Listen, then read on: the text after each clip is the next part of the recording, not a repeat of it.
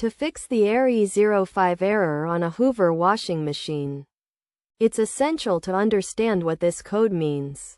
The Hoover E05 indication suggests a malfunction of the NTC component, also known as the water temperature sensor.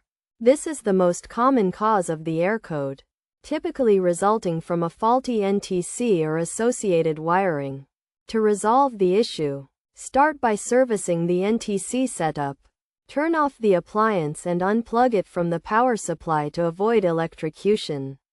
Using a 7mm socket, remove the 6 screws holding the rear panel in place.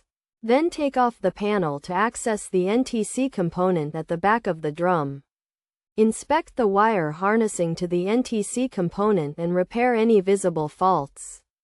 If the faults are beyond repair, replace the wires. If the wires are not faulty, replacement of the NTC component is necessary. To do this, unplug the wire connections to the component, undo its mounting screws, and pull it out from its slot. Next, replace the faulty component with a new one and reattach the rear panel. Finally, power up and turn on the appliance to check if the code has been cleared.